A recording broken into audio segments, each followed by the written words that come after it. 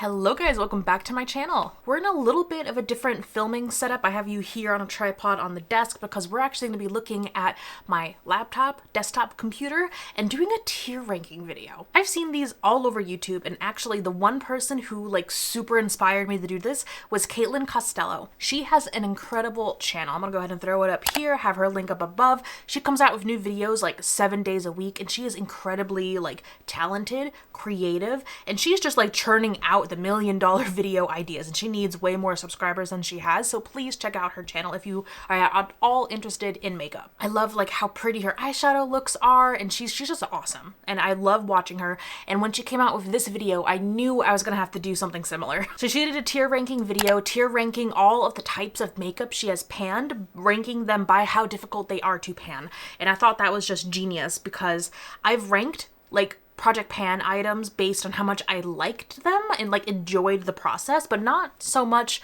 ranking them by how difficult technically they were to pan. So I think this is going to be a lot of fun. I loved hearing her reasoning behind each where each product was going, so I really wanted to do something similar. But make sure you check out her original video linked up in the cards and down below. Alrighty, so here we have our tier list. I went ahead and changed the names a little bit of each of the rankings, so let's talk about each kind of level and what they mean. So up at the top we have what I'm calling just easy peasy. These are the products that I think I panned them without even meaning to pan them. So they're probably not included in actual product pan or project pans, just because I can go through them like I go through water. Next I have not too shabby. So it's a product, it takes a little bit of effort, but like I said, not too shabby. Then in the middle we have oof. It takes a bit. This is when we're getting into a few weeks to maybe a few months. This is where effort is required in order to pan something. Next, in orange, we have difficult. So because the first level was called easy peasy lemon squeezy, the last one, or the second to last one, I'm just thinking difficult, lemon difficult. I don't know. I just thought that was silly. And then last, I took this from Caitlin. She just wrote hell and or blushes for the last one. And I was like, yeah, that fits. Let's do that. And down here, I have all of the products. So for everything other than the eyeshadow palettes, I just picked a product to represent that category. So this Catrice foundation represents foundations. But I thought it would be fun to switch it up and actually talk about each eyeshadow palette I've had as a pan that palette. So I have the Subculture, I have the Marc Jacobs, I have the ABH. So I thought it would be fun to actually rank those by how difficult these shadows were to pan. And not just do shadows in general, because eyeshadow is so different. Not that all the rest of the makeup isn't, but I feel like the greatest difference I've seen in my panning has been in eyeshadow. So let's jump in. I'm going to vaguely do this in the order that I apply things to my face. So down here I have the e.l.f. Poreless Putty Primer. So for general primers, I never really pan them unless there's a specific reason they don't work for me. In my Petty Project pan, I panned, it was technically a BB cream, but I used it as a primer because I literally could not use it any other way. So I had to put that in a project. But in general, primers I wear every day, because I wear makeup every day, so I wouldn't really need to pan this. So this to me is easy peasy. Oh, nope, not difficult. This is easy peasy. So next I have foundation. Foundation, unless it's a specific product that doesn't work for me, I can also go through water. So I would say that's easy peasy. I only bring in foundations to a project when either the shade doesn't match me, or if the foundation is a horrible match for my skin. Formula wise. Let's jump next to eyeshadow primer. So I put the NYX glitter glue here, I know, but I meant this to be all eyeshadow primers. And to me, again, that's kind of just easy peasy. I don't want to seem like I'm just saying, oh, panning, no, because we're going to get into products here that are difficult, very difficult. But again, primers, base products, I've been wearing makeup for years, and I like a full kind of coverage face. So the primers, the foundations, the concealers, I'm going through them. And speaking of, where's my concealer? Yeah, Dermacol. So I picked Dermacol as a concealer, but again, if we're talking about Dermacol itself was actually more of a oof to me, but concealers, what it represents is more of an easy peasy. So I will put a caveat there for Dermacol specifically. All right, next let's talk about powder. So I have a pressed powder. I have the Rimmel Stay Matte powder here. And again, to me, that's more of an easy peasy because I can go through powder quickly. Lately, or like for the last few months, I went through a phase where I wasn't powdering at all. And then I got the ick when I saw myself in the viewfinder one day and I was like, ooh, that just looks oily. So I'm back to powdering all the time. And I go through powder so quickly. So I'm going to put a pressed powder at an easy peasy. And you know what? I've got loose powder here. I got the Flower loose powder. I'm going to put not too shabby for a loose powder just because they can last a little bit longer. So it takes a little bit of effort to like consciously pan a full pressed or loose powder for me. Let's talk about bronzer and contour. So here I have the Burberry. This is technically like an earthy blush from Burberry, but I panned this specifically and I loved the tone as a contour. So I'm going to call it as a contour. And for me, contour and bronzer is more like an oof product because I went so long without using bronzer just because I could not find shades that really worked well for me. So like now I don't really need a whole lot because again, I am like Casper. I don't need a whole lot of bronzer or contour product when I do use it. So it does take me a bit to get through them. So I would say contour is an oof and I'm going to say bronzer as well. This is the Take Home the Bronze. I'm going to say that would be like an oof for me. Next, let's talk about highlighter. This is a highlighter I have panned. So this is the Becca Royal Glow limited edition highlighter that I own 4 of. Long story. But this is, I would say, difficult. I'm going to put this in difficult just because a full highlighter to pan an entire highlighter is so much effort. You know, I wouldn't call it hell because it's a lot easier to do than a blush. I'll tell you that. You know, while we're at it, blush, I picked a picture of the big blush books from Tarte that I really wanted back in the day. Let's go ahead and just throw that in hell because I think I've only panned one blush. And it was like an ABH trio of blushes. And that took me, I think I have a video, I'll link it, where I say exactly how many days it took me just to hit pan in a blush. It was like 200 and something days. It was ridiculous. Like it takes so much time and effort to use up a blush. Like this category, again, could just be called blush, but it's called hell. So blushes there, highlighters are in difficult. We did bronzer contour. What should we do next?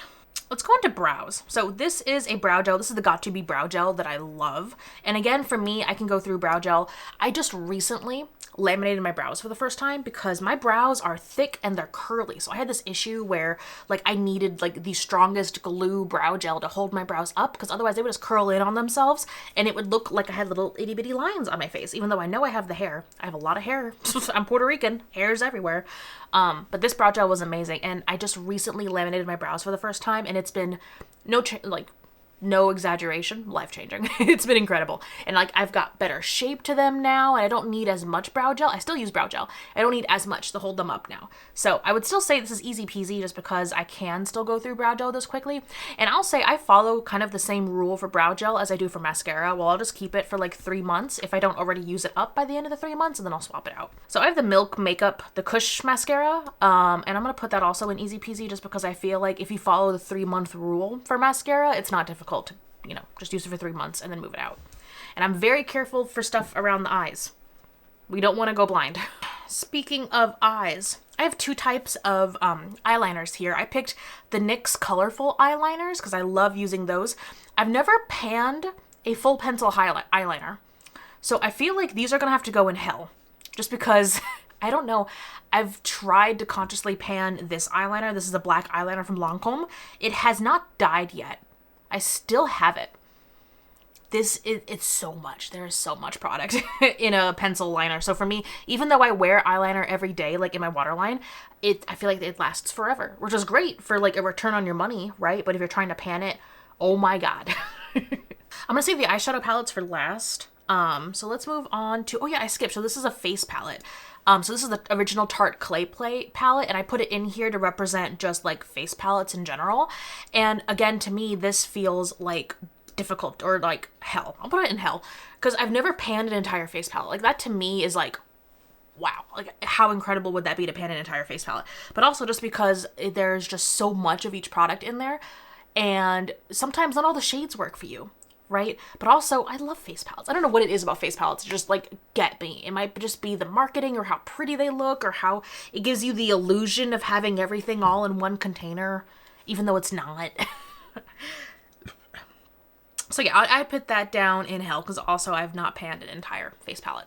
So I wanted to pop in with a quick note that technically I did pan a contour palette, but in my mind when I was recording this video, I was thinking of a face palette in the sense of like blush, bronzer, highlight, and blush kind of all together, and not like a contour or a highlight palette. So this is for my 9 pan 19 back in 2019. I panned the KVD Shade and Light Contour palette, but I didn't do it. It took me over a year, I think, to actually like finish the whole palette up. So that's the closest I've ever gotten to actually panning a face palette.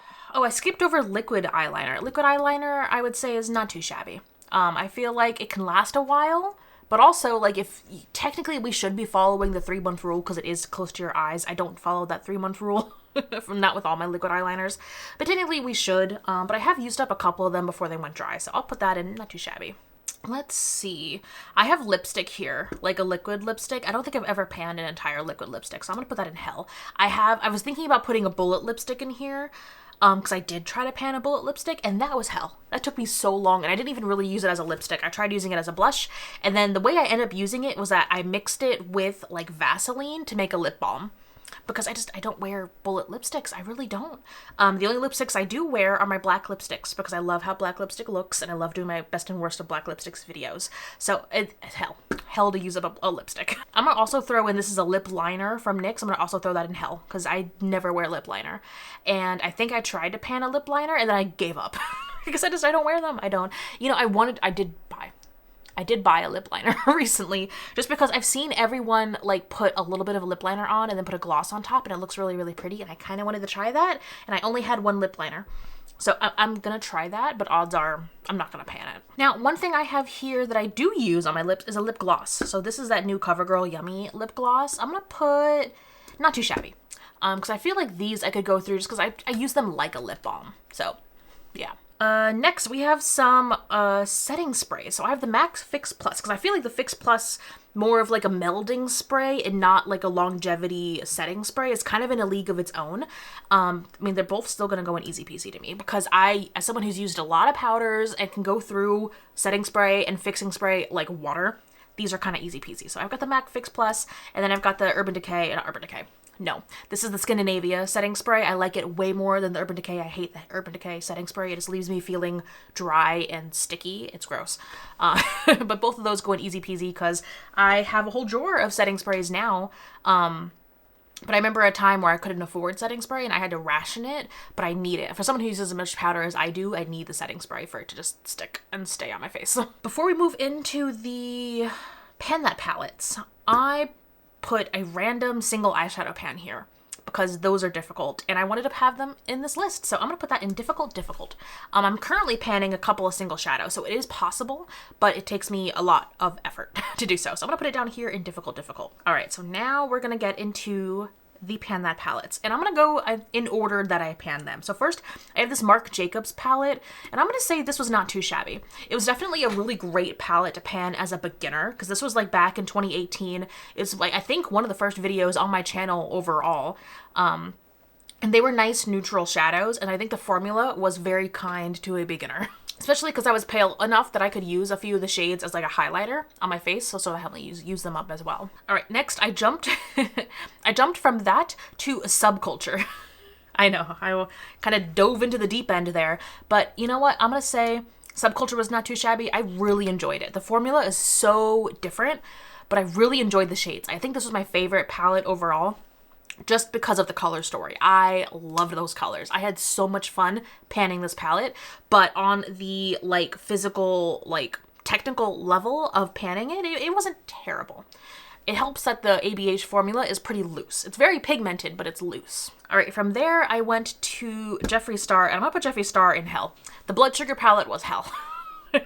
I still have a little bit of this palette left because I used what was left of the palette to mix with a bunch of other eyeshadows to create a face palette. So it's not 100% the Blood Sugar palette anymore. It's like 5% the Blood Sugar palette, but I couldn't finish it. The shades were just really dry. They were pigmented, but it was a perfect palette to pick for 2020 because of a shit show of a year it was. I had a shit show of a palette to go with it. So I put that down in hell. All right, after that, I panned the Lila palette. Now, I'm going to put this one in difficult because Natasha Denona, that was the first time I panned a palette with that much product in it. Because even though the Jeffree Star has more shades, I think there was more grams of product in the Natasha Denona palette, and it was so difficult. It was so difficult. It was the first year we were in this apartment, and it took so much effort. I think I was like up until the very last day still using that palette. It was a lot of fun, but oh boy was that difficult. All right, the next year I did 2 palettes. I have the Naked 2 and I have the ColourPop Yes Please. So the ColourPop Yes Please, just because of the vibrancy of the shades, I'm going to put that in difficult, just because there was like a bright red, a bright orange, and it was a very like dense kind of formula. And I think that's because this palette was very old. Like I bought this the year it came out, and it was a couple years old, and I think the shades just kind of got a little, they weren't expired, but I think they did age a bit, so I think that's why it was a little difficult to actually like use up the mattes specifically in this palette. But the Naked 2, I would say oof. There was a lot of product. I had a lot of difficulty with the shape of the pans. I hated the like little rectangles. Trying to get a brush in there was a pain in the ass. So I ended up like depotting it and like repanning and just repressing and doing stuff like that. But overall, the actual shades themselves, they were great to work with. I enjoyed the shades. I enjoyed the formula for the most part. It's just I hated the packaging and the little itty bitty pans. That was what made it oof for me.